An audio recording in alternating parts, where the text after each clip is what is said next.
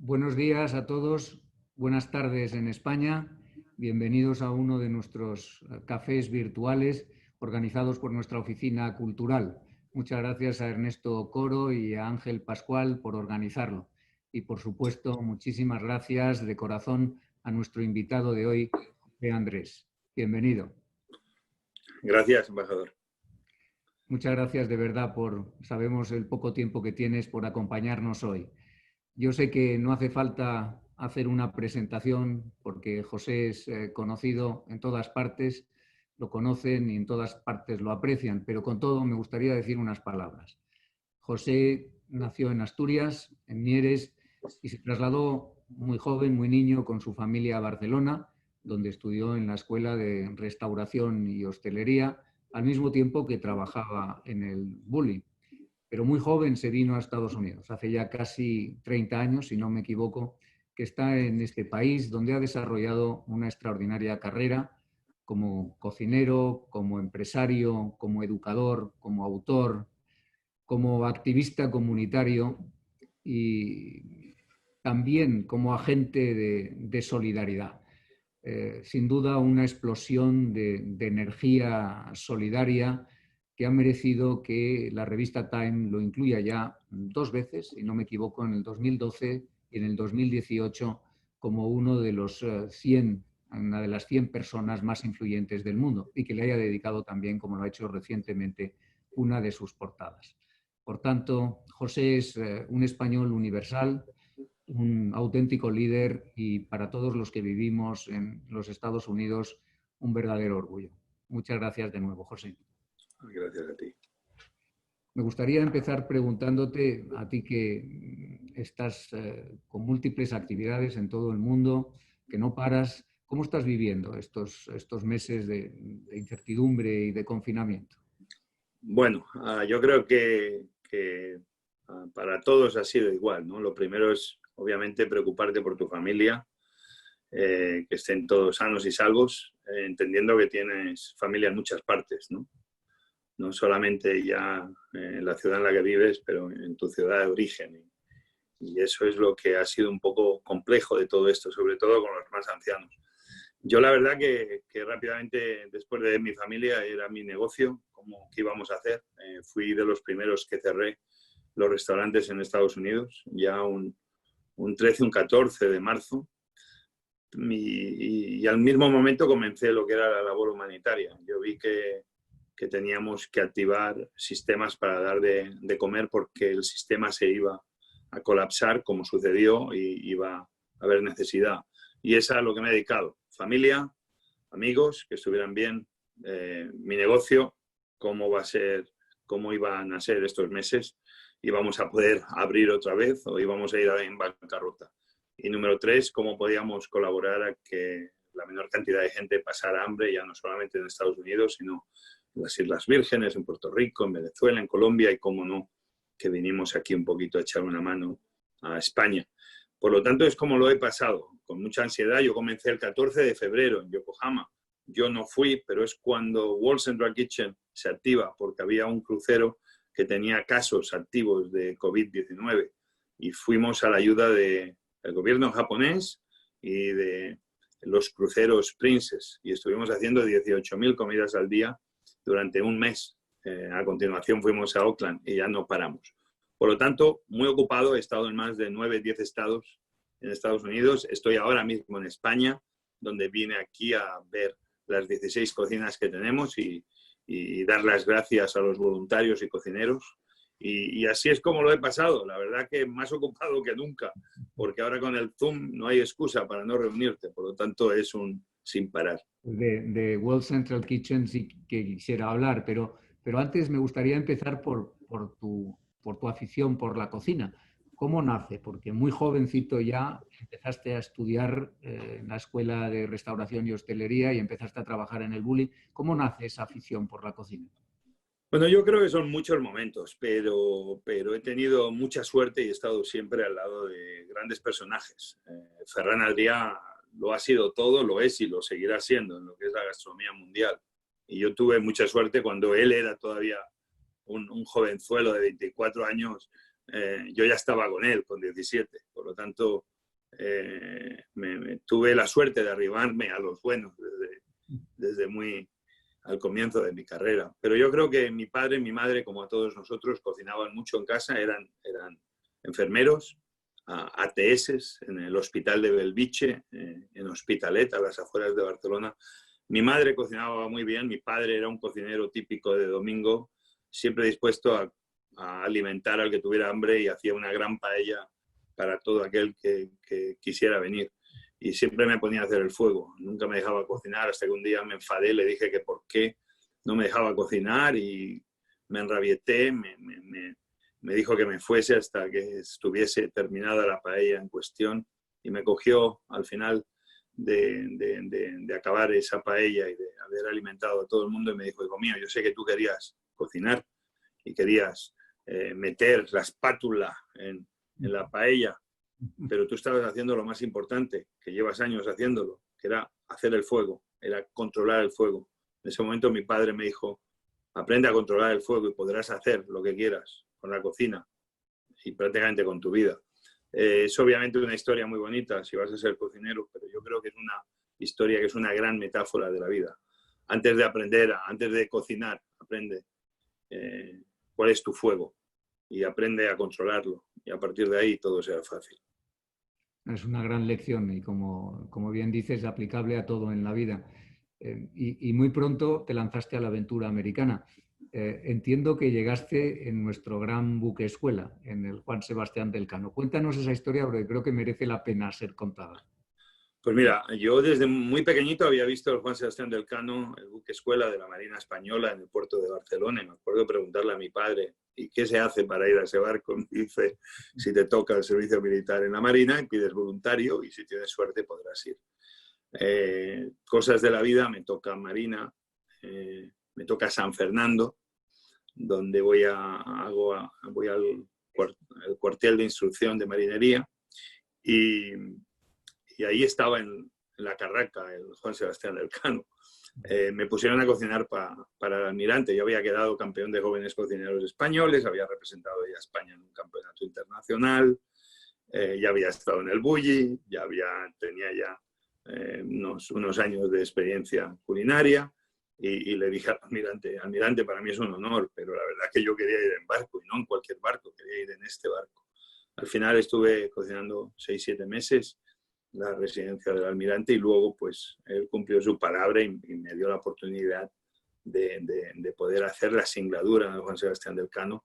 6 meses que para mí me cambiaron la vida. Los 14-15 meses de la Marina me cambiaron la vida, pero el tiempo del Cano fue una experiencia increíble, el entender cómo 300 personas vengan de donde vengan los vientos, vengan de donde vengan las corrientes, cuando todos trabajan unidos, el barco siempre se mueve en la dirección que uno quiere. Y eso para mí fue de lo más importante que me sucedió en mi vida hasta ese momento, porque bueno, me hice hombre, ¿no? Llegué a Estados Unidos por primera vez, visité el Caribe, visité África, visité diferentes países de Latinoamérica, me abrió la mente al mundo, y fue la primera vez que pisé Estados Unidos, fue como marinero de Juan Sebastián del Cano. 2 años después, año y medio después, regresaría ya como cocinero a Nueva York. Sí, eso es una historia preciosa. Llegaste a Pensacola, entiendo que además es una ciudad que por su tradición histórica recibe al Elcano con todo el pueblo volcado en el puerto y en la ciudad, ¿no? Tiene que ser y celebran las 5 banderas, que una de ellas es la bandera española, en forma de la bandera castellana, ¿no? Y la verdad que sí, le tienen mucho respeto a ese barco, y le tienen mucho respeto a España sobre todo en Pensacola, ¿no? En Florida, España es muy querida. Sí, efectivamente así es. Y ver llegar al barco, ver llegar a nuestro gran buque en Pensacola es una experiencia extraordinaria, ¿no? Ahora han pasado ya casi 30 años. Aquí has creado tu familia, has creado múltiples negocios, múltiples iniciativas. ¿Qué nos puedes decir de ese recorrido? ¿Cómo ha cambiado tu vida y cómo ha cambiado también tu percepción de lo que es este país y lo que es nuestra relación con los Estados Unidos? Bueno, yo la verdad que que a Washington llegué con 23 años y tuve mucha suerte en los primeros días de abrir Jaleo en la calle 7 con la E, un restaurante que ya lleva 27 años en la capital de Estados Unidos. Y una de las primeras personas que conocí fue al senador Patrick Moynihan, senador de Nueva York, ya fallecido, pero que fue una persona muy querida en el ámbito político y social de Estados Unidos. Y tuve la gran suerte de muchos domingos que venía a tomarse una tapa y un buen blanco Rioja, me encantaba el Muga, el Viura. Y tuve la suerte de que me daba una conversación que para un chico joven con ganas de ansias y ganas de aprender, pues lo era todo. Y una de sus frases me dijo: José, si tú quieres América, América siempre te va a devolver el cariño. Y con esa simple misión es un poquito lo que he hecho, ¿no? Como inmigrante sé muy bien del país del que vengo, todo el mundo sabe el cariño y el aprecio que le tengo a España, pero también le quiero mucho a Estados Unidos, que llevo allí más de la mitad de mi vida adulta viviendo y donde mis 3 hijas han nacido y donde vivo con mi mujer, ¿no? Y por lo tanto yo creo que un inmigrante como yo es lo que ha pasado esos 27 años, que entiendes muy bien de dónde vienes, entiendes también muy bien dónde estás, eres fiel a ambos países e intentas ser un puente de entendimiento para que vean que no somos tan diferentes, que podemos tener lengua diferente, historia diferente, pero al final hay muchas más cosas siempre que nos unen a las personas, da igual de dónde vengamos, que las que nos desunen. Por lo tanto, es un poquito la labor que he hecho a través de mi restaurante. Yo cuento historias. Jaleo para mí fue algo fácil, mi restaurante español. Tenemos 5, es una carta de amor de España. Ahora tenemos el mercado, Little Spain en Nueva York, que esa ha sido ya una gran apuesta por decir, aquí estamos, aquí realmente ya está la España presente a través de su gastronomía. Y es a lo que me he dedicado estos 27 años, a contar historias, y donde la historia más fácil que me sale de dentro pues es la historia de España a través de su cocina, ¿no? Sí. Tú has hecho muchísimo, sin duda, por que se conociera mejor nuestra gastronomía, nuestra cultura en general, y has mencionado Mercado Little Spain. ¿Qué es este proyecto? ¿Qué significa? ¿Es un poco la culminación de todos estos esfuerzos porque se conozca mejor la realidad de nuestra cultura gastronómica? Bueno, para mí, o sea, yo he tenido 4 momentos que lo que ha sido intentar tener una presencia española más profunda, que para mí ha sido siempre muy importante. Obviamente fue abrir Jaleo hace 27 años, que realmente se convirtió pues, en un referente de lo que podía llegar a ser la cocina española, no solo en Washington, pero en todo Estados Unidos. Yo en Jaleo ya seguía de alguna manera lo que el padre Lezama había hecho abriendo la taberna del Alabardero, que también llevan ahí muchísimos años, abrieron 1 o 2 años antes que abriera yo, y han hecho una labor muy bonita en Washington y en Estados Unidos. Pero había muchos otros restaurantes. Lo que pasa es que muchos de ellos a lo mejor no tenían el nivel que podíamos esperar, por diferentes motivos, por falta de productos, por falta de cocineros capacitados realmente en cocina española, pero gente que lo hacía con mucho cariño. Y mi labor siempre ha sido un poco intentar elevar, ¿no?, el nivel medio de todos ellos. Posteriormente yo vi que estaba muy bien tener un restaurante y querer abrir 2, pero había que hacer algo más. Había que llevar a la cocina española no solamente al resto de Estados Unidos, pero a todos los rincones del mundo. Y qué mejor que la televisión. Hicimos, después del programa que tuve en Televisión Española, hicimos un programa conjuntamente con el IFEX, con Foods from Spain y Wines from Spain, que desde aquí quiero enviar realmente un saludo a todas las personas que forman parte de ese equipo en el mundo entero, porque realmente con muy poco presupuesto hacen una grandísima labor. Yo siempre le diré, quien sea el presidente que esté en ese momento en el gobierno, que siempre hay que aumentar los presupuestos que se le da al ICEX, pero sobre todo a Wines y Foods from Spain, porque hacen una labor maravillosa con muy poco y podrían hacer mucho más con un poquito más. Y todo eso va a repercutir muchísimo en el Producto Interior Bruto español. Creamos un programa de cocina, 26 capítulos en la PBS, que ya se ha emitido en más de 20, 30 países, y donde fue muy importante para no solamente vender nuestro turismo para que la gente viniera a España, pero también nuestros productos para que la gente los pudiera comprar en cualquier parte de Estados Unidos o del mundo que estuviesen. Por lo tanto, ese programa para mí fue realmente algo que creo que ha sido importante y estoy muy orgulloso de ello. Posteriormente, obviamente, abrir Disney, que puede parecer una cosa extraña, pero hemos abierto Haleon Disney, un gran restaurante de más de 600 asientos. Nos tenemos que acordar que Disney es un lugar que genera tendencia. Por ahí pasan millones de personas al año. Y para mí tener una presencia española en Disney era importante. Por lo tanto, fue el primer restaurante español que se ha abierto en la historia de Disney. Y lo último, abrir en Nueva York. Y no solamente abrir un restaurante, sino abrir mucho más que un restaurante. Abrir una gran embajada gastronómica. Y es lo que hemos hecho en Hudson Yards. Y donde, obviamente, cualquier neoyorquino, cualquier americano, es como visitar España sin viajar a España, pero que muchos españoles acuden allí a la cita a visitarnos y también se sienten como en casa, fuera de casa. Por lo tanto, estos 4 momentos para mí han sido realmente importantes, de alguna manera, en poner granitos de arena importantes para decir España está aquí presente en Estados Unidos.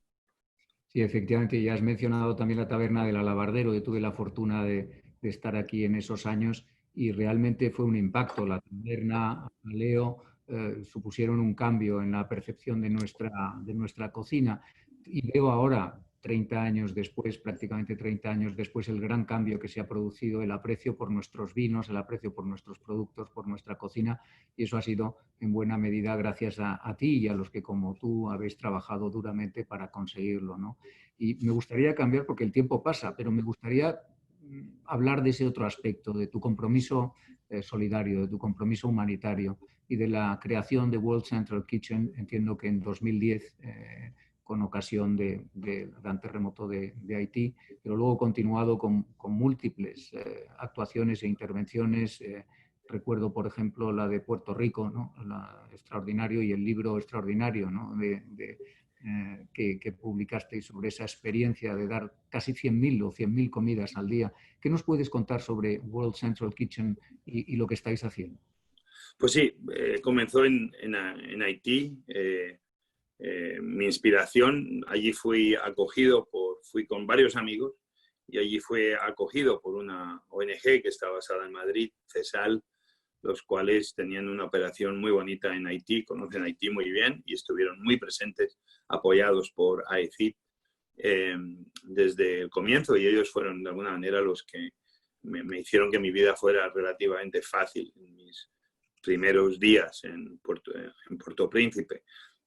Seguí viajando mucho a Puerto Príncipe. Ese año del terremoto pude estar allí hice más de 10 visitas. Poco a poco me di cuenta de que tenía una oportunidad de poner mi conocimiento culinario al servicio, no de dar de comer a los pocos, pero de dar de comer a los muchos. Y es cuando con mi mujer y mi socio Rob Wilder y su mujer Robin fundamos World Central Kitchen. Yo había recibido un premio de una fundación que era un premio privado.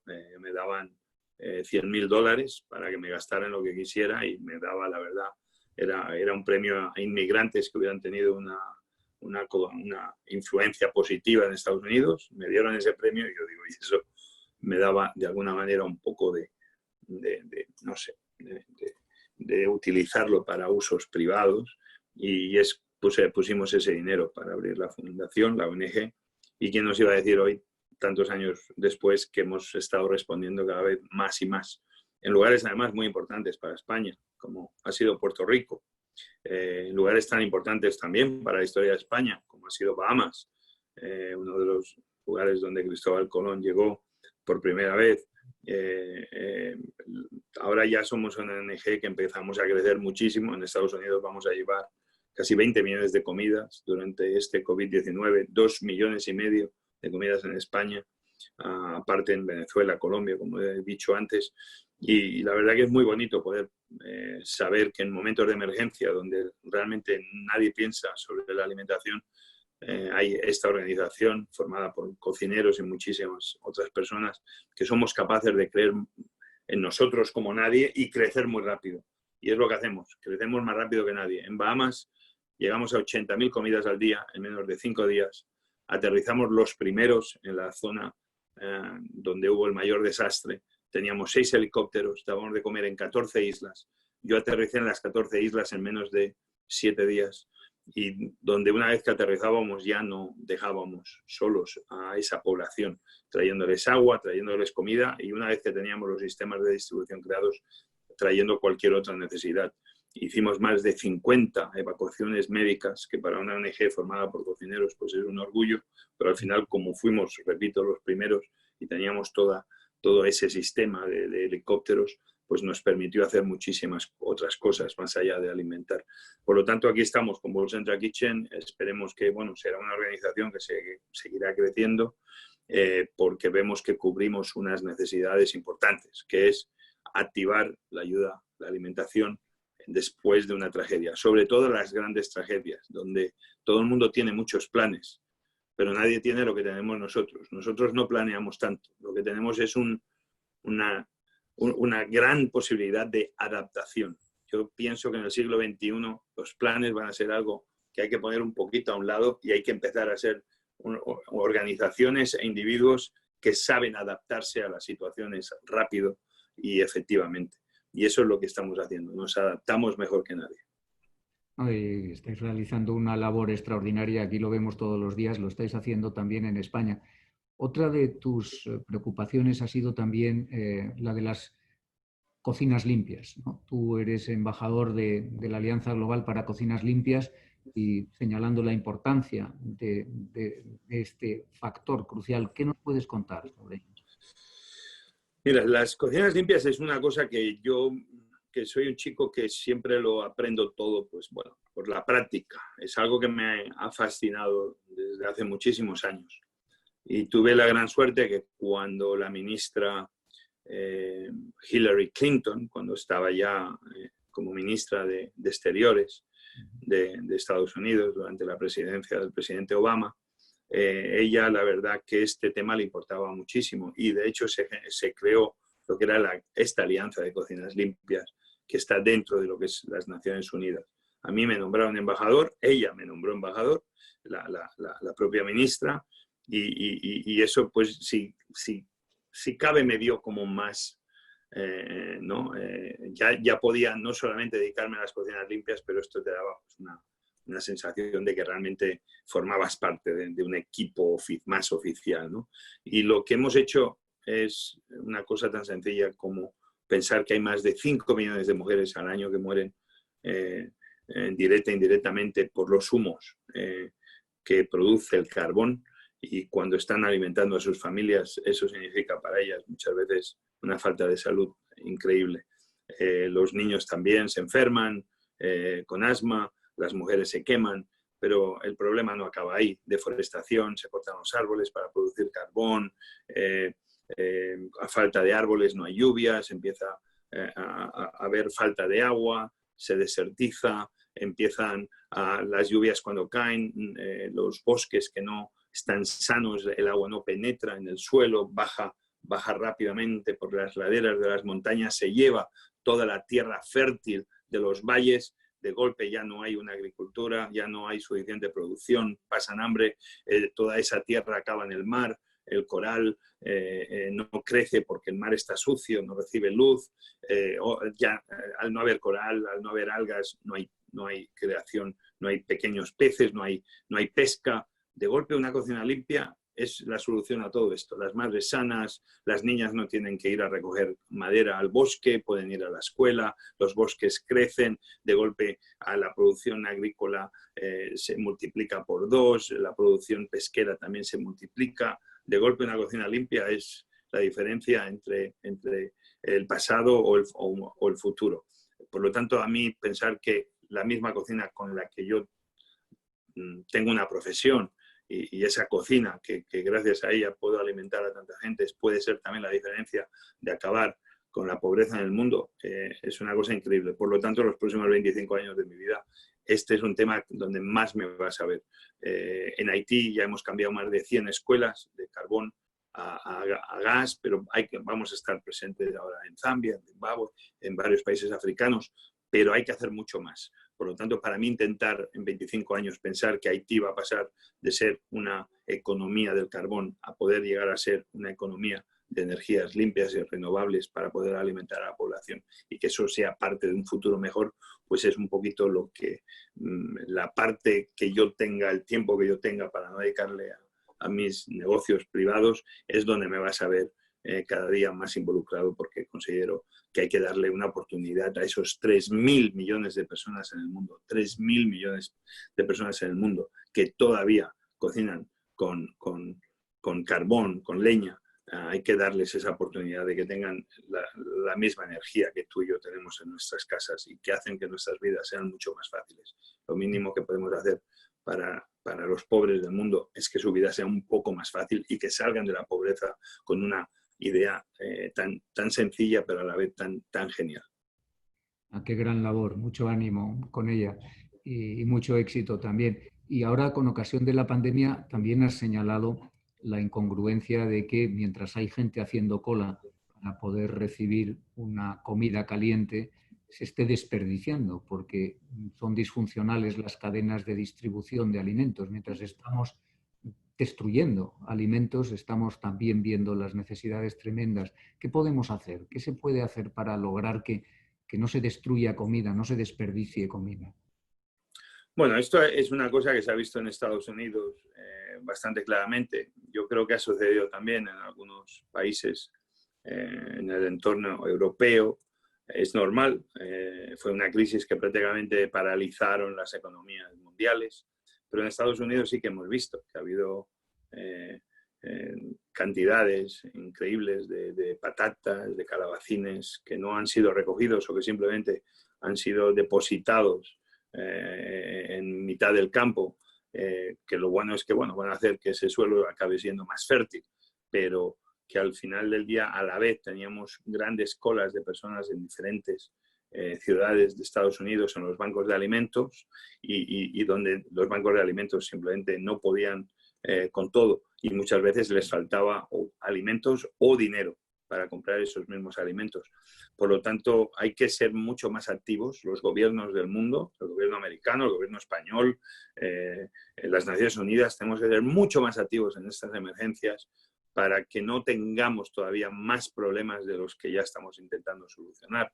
Obviamente, yo considero que todavía la emergencia de alimentación está presente, que todavía hay personas que lo van a pasar mal, que todavía no todo el mundo está regresando a sus puestos de trabajo, que no todo el mundo está cobrando la nómina, el desempleo, que no todo el mundo está teniendo un acceso fácil a lo mejor a un préstamo temporal para que puedan pasar estos meses y que por lo tanto es importante que nos preocupemos qué come la gente que está realmente en una situación complicada. En España estoy muy contento de lo que hemos hecho con un sinfín de organizaciones en muchas ciudades, la labor que han hecho organizaciones a nuestro lado como Cáritas o Cruz Roja, pero también como Correos o como los bomberos de Madrid que nos han estado ayudando a llevar puerta a puerta alimentos. Los bancos de alimentos de España, he podido visitar varios, el de Sevilla, he podido visitar el de Valencia, he podido visitar el de La Coruña. Realmente están haciendo una labor increíble. Por lo tanto, siempre hay que pedirle a los gobiernos que no dejemos que se convierta en un problema, que simplemente invertamos en la solución, que nos adelantemos al problema y de esta forma nos aseguraremos de que en España o en Estados Unidos pues el hambre no sea un problema más a añadir a los tantos otros que han surgido debido al COVID-19. Pues se nos acaba el tiempo, pero me gustaría hacerte una pregunta que hago en todos estos cafés y es, ¿tú crees que seremos capaces de sacar lecciones, de extraer lecciones de esta crisis y dar un impulso a un mundo mejor, a un mundo más solidario? ¿Podremos aprender de estos meses de incertidumbre, de cuestionamiento de todo? Yo creo que, embajador, con una persona como usted al mando, que usted es un diplomático por dentro y por fuera, el mundo puede ser mucho mejor.